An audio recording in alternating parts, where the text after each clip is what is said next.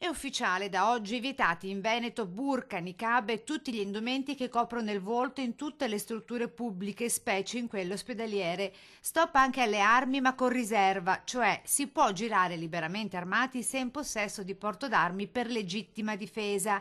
In questo caso accade così che un privato cittadino può recarsi in ospedale o a scuola, ad esempio, anche con una pistola, purché in possesso del predetto requisito. Deroga che di fatto quindi permette di poter girare liberamente armati.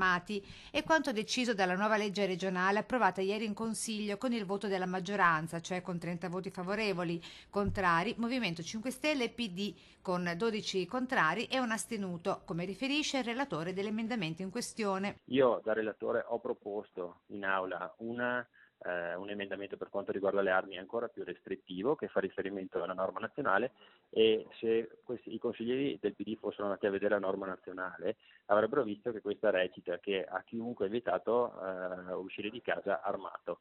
Non si può andare armati nelle riunioni pubbliche e la forza pubblica ha il dovere di arrestare chi gira armato. Questa è la norma che è stata inserita all'interno del regolamento per vietare il burqa e il niqab.